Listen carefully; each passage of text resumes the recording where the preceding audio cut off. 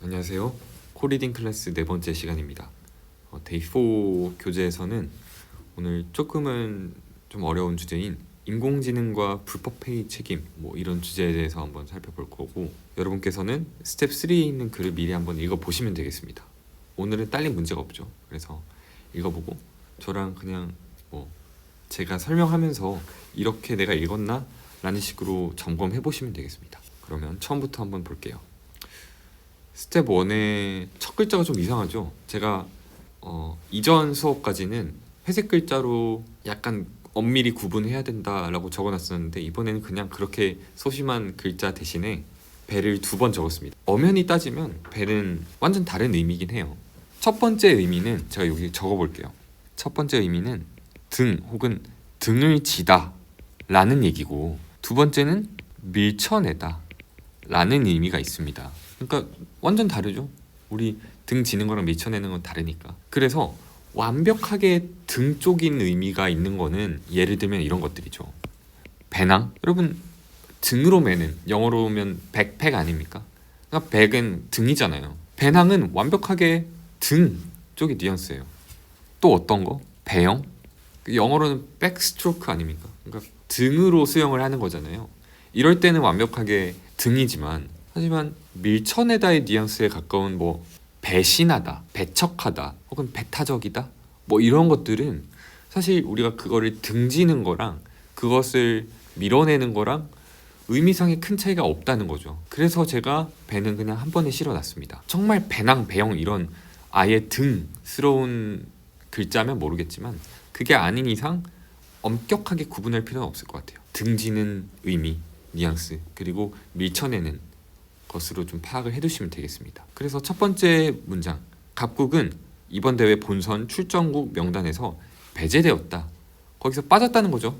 을 주식회사는 병 주식회사와 배타적 계약을 체결했지만 다른 회사와의 교례로 병을 배신했다. 일단 배신했다라는 건 우리가 신뢰를 등을 졌다라는 거고요. 그러니까 신뢰를 등을 졌다라는 겁니다. 그 배신했다라는 거는 신뢰를 등지다, 신뢰를 저버린 거죠. 근데 배타적이라는 건 어떤 거죠? 등을 지든 혹은 밀어내든 여기서는 타라는 거는 다른 것들 혹은 다른 사람들을 얘기하는데, 배타적인 계약을 체결했다 이렇게 된다면 타인을 고려하지 않는 거죠.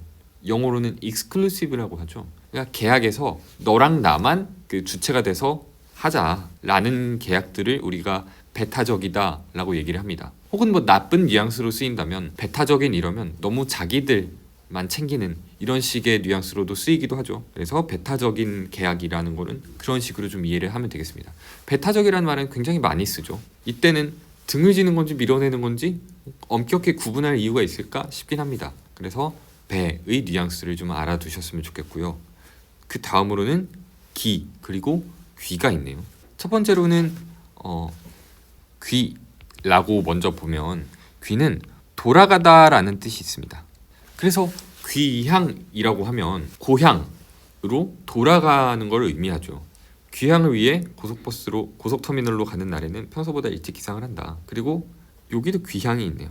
귀향이나 또 비슷한 말이라면 귀가가 있겠습니다. 귀가는 뭘까요? 당연히 집으로 돌아가는 거겠죠. 귀결이라고 얘기한다면 우리가 그 결론 부분이 그곳으로 마침내 이렇게 딱 돌아간다. 여기서는 돌아간다라는 것이 과거에 갔던 데를 다시 가는 거라기보다는 그 결과가 그곳으로 딱 간다라는 거죠. 그래서 귀향으로 귀결된다라고 하면, 우리가 여기 기승전결이라는 글자가 있지만 조금 이따 기도 설명하겠지만, 마지막 결이 뭡니까? 결과, 마지막을 얘기하는 거죠. 마찬가지로 귀결이라는 것에서 결도, 그래서 그 이야기가 흘러서 어디로 딱 마무리 짓는가? 그것을 우리가 귀결이라고 얘기합니다. 같은 결. 그래서 우리 귀는 어딘가로 돌아간다 혹은 거기로 간다 라는 의미고요. 조금 있다가 우리 스텝 3에서도 보겠지만 귀속이라는 말이 있습니다. 귀속이란 건 어떤 권리나 의무 혹은 재산 같은 것도 권리니까요. 재산권도.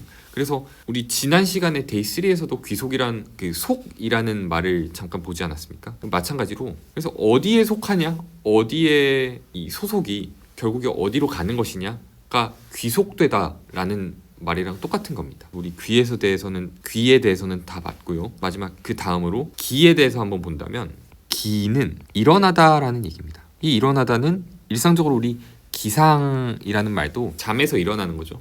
이런 식의 일어나다도 되지만 일에서 일이 일어나다, 논란이 야기되다 라는 것처럼 어떤 일이 일어나는 것도 우리가 기라고 얘기를 합니다. 그러면 두 번째 문장, 감정 기복이 심한 축구선수의 귀추가 주목되는 가운데 그의 언행이 다시 논란을 야기했다.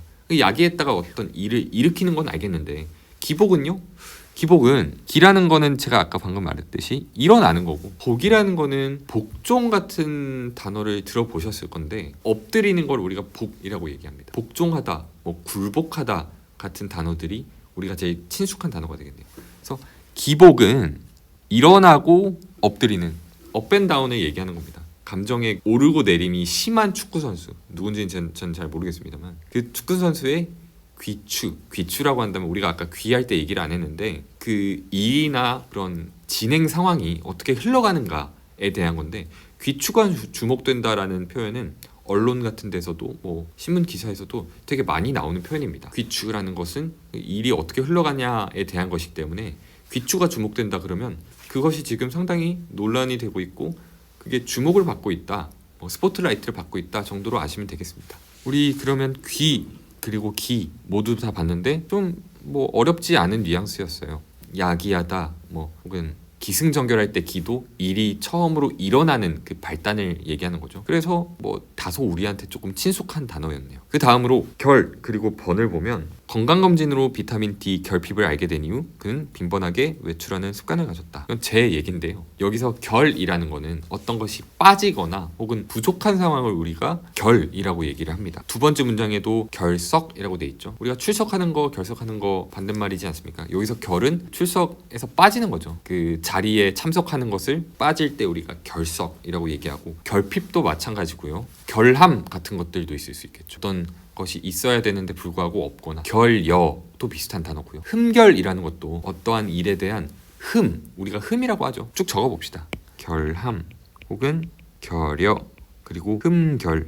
흠이라는 단어는 잘 아실 거라 생각합니다. 뭐 영어로 따지면 우리 이걸 flaw라고 얘기를 하죠. 그 다음으로 번에 대해서 한번 볼까요? 결은 그래서 부족하다 혹은 없다 라는 얘기입니다. 그 다음으로 번이라는 거는 번잡하고 정신없는 그런 것을 얘기하는데, 그럼 빈번하게는요? 빈이라는 건 기본적으로 자주라는 뜻이거든요. 왜냐면 빈도라는 단어처럼 자주 있는 정도를 우리가 빈도라고 얘기하지 않습니까? 빈번은 그 자주는 자주인데 그게 아주 번잡할 만큼 자주라는 얘기라서 아주 잦게라는 얘기가 결국 빈번하게랑 똑같은 거죠. 번뇌하였다도 마찬가지로 그 마음이 되게 번잡하고 힘들게 고뇌하는 거를 우리가 번뇌라고 얘기를 합니다. 번뇌, 번민 이런 단어도 비슷한 단어가 되겠죠. 결 그리고 번에 대해서도 컴팩트하게 한번 살펴봤습니다. 오늘은 글자들은 그닥 어렵지 않죠. 배도 비슷한 구분은 분명히 되지만 비슷한 두 뜻에 대해서 한번 살펴봤고, 상당 부분에서는 우리가 그닥 구분을 할 필요가 없다라고 배에서 얘기를 했고요. 두 번째 기와 귀는 각각 돌아가다 혹은 그곳으로 딱 가다 라는 의미와, 기는 어떤 일이 혹은 기상처럼 일어나다 라는 뜻이 기라는 거. 마지막으로 결, 번은, 결은 어떤 것이 있어야 되는데 없을 때 혹은 부족할 때를 결이라고 얘기하고, 번이라는 거는 번잡하고 그런 하고 할 말이 없네요. 그런 번잡한 상황을 얘기하는 게 번이라는 거. 그 글자들의 의미를 좀 잘 아시면 좋겠고요. 바로 스텝 2로 가볼까요? 2개 정도 설명할 게 있어서 가져왔습니다. 일단 우리 스텝 3에 정보 비대칭이라는 표현이 나오는데, 비대칭이라는 거는 대칭이지 않은 상태를 얘기하는 거죠. 근데 정보 비대칭이라는 맥락은 우리가 생각보다 글 읽을 때 되게 자주 마주하는 단어 중에 하나입니다. 대칭이라는 거는 어떤 거래 상황이나 혹은 교섭 상황, 이런 단어가 좀 더 어려울 수도 있겠네요. 양쪽이 있는 상태에서 A와 B가 있을 때 A와 B가 거래를 할 수도 있고요. 어떤 상호작용을 할 수 있겠죠. 근데 이러한 상황에서 각각이 갖고 있는 정보가 있을 겁니다. 정보의 양이 근데 누군가 더 많을 수 있다는 거죠. 그런 정보의 대칭되지 않은 상황에서 일어날 수 있는 일들을 정보 비대칭이라고 우리가 부르고, 뭐 단어의 뜻 정도는 쉽겠지만 이게 상당히 많은 분야에서 자주 쓰입니다. 뭐 법에서도 쓰이고요, 사회에서도 쓰이고, 금융이나 뭐 경제에서도 상당히 많이 쓰이는 단어인데, 한 가지만 더 얘기해 보자면, 이런 정보의 비대칭 때문에 상품들이 자꾸 좀 항상 그렇다는 것이 아니라 나빠질 수 있는 가능성이 있는 상태에 있는 시장들을 우리가 레몬 마켓이라고 부릅니다. 들어보셨을까요? 레몬 시장? 레몬 시장이 뭔데? 정보의 비대칭이 만연한 시장을 말하는 거예요. 대표적으로 얘기하는 것들이 학계에서요, 제 주장이 아니라 중고차 시장 이런 식으로 얘기를 합니다. 왜냐하면 중고차 시장에서는 파는 사람은 이 차에 대한 정보를 정말 많이 가질 수 있고 다 알 수 있는데, 이걸 사게 되는 사람 입장에서는 그게 어떤 차인지 모르는 상태에서 계약을 체결하게 되는 거죠. 그래서 이런 문제들이 있을 때 이걸 정보 비대칭이라고 얘기하고, 그걸로부터 파생되는 문제들이 또 여러분들이 대학 가거나 하면 또 배우실 겁니다. 뭐 역선택이라든지 그런 결과들은 일단 지금 오늘은 그 차치하고서 정보 비대칭이 어떤 거다, 이런 사회적 문제 용어가 있다더라 라는 식으로 알면 될 겁니다. 그래서 이거를 막으려는 시도도 되게 많죠. 뭐 어떤 공익적인 개입, 뭐 국가기관의 개입이라든지 공공기관의 개입 등이 이런 문제를 해결하는 방안이 될 수 있겠습니다. 한 가지 예를 더 들어보면 이런 거예요. 예를 들어 보험이라는 그 상품이 있는 거 여러분 다 아시죠? 보험에 들었을 수도 있고, 그 보험 회사가 제공하는.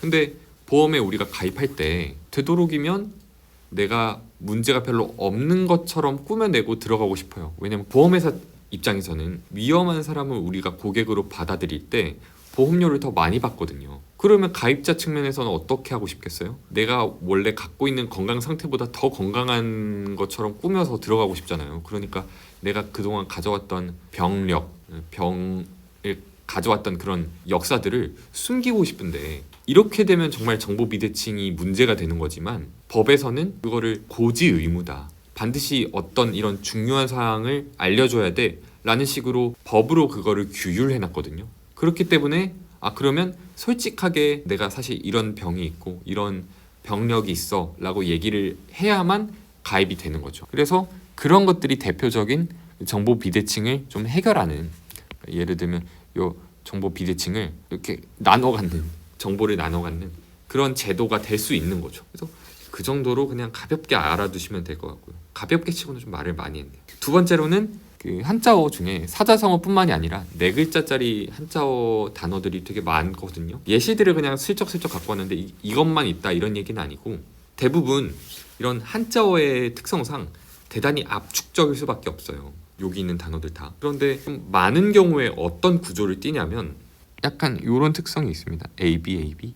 이게 A랑 A가 항상 똑같다는 뜻이 아니라 같은 범주, 같은 카테고리에 드는 단어일 확률이 많다는 거예요. 같은 류에. 예를 들면 이런 거죠. 유무, 명실, 무, 현, 문, 답. 얘네끼리 비슷한 종류고, 어떤 A, B가 온 다음에 그거랑 되게 비슷한 궤의 단어가 한 번 더 온다는 건데, 우랑 현은 각각 무슨 뜻이에요? 우는 멍청한, 우매한 이런 뜻이고요. 현은 현명한 이란 뜻입니다. 아예 반대어죠. 그러면 문이랑 답은요? 묻고 답하는 Q&A이지 않습니까?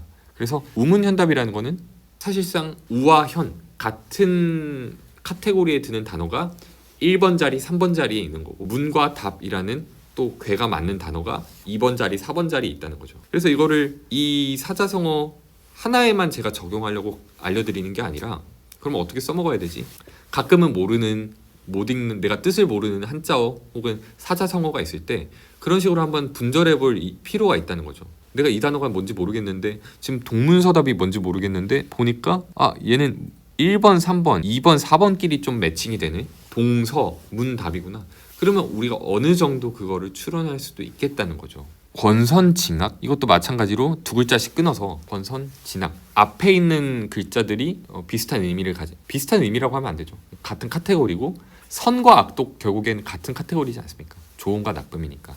그래서 이거는 선을 권하는 거고, 악은 그 벌 주는 거구나 로 알 수 있는 거고, 유비무환, 이건 비랑 환을 사실 엮기가 어렵지만 그럼 준비가 있으면 걱정이 없다는 거구나, 뭐 이렇게 알 수도 있지 않을까 싶습니다. 그래서 이런 식으로 구조가 있으니까 가끔은 우리가 아예 모르는 단어라도 그거를 아예 놔버리는 게 아니라 어느 정도는 그 추측할 수도 있겠다, 추론할 수도 있겠다라는 힌트를 좀 드렸습니다. 여기까지 한번 읽어보고, 그리고 바로 스텝 3 한번 다음 영상에서 이어가 보겠습니다.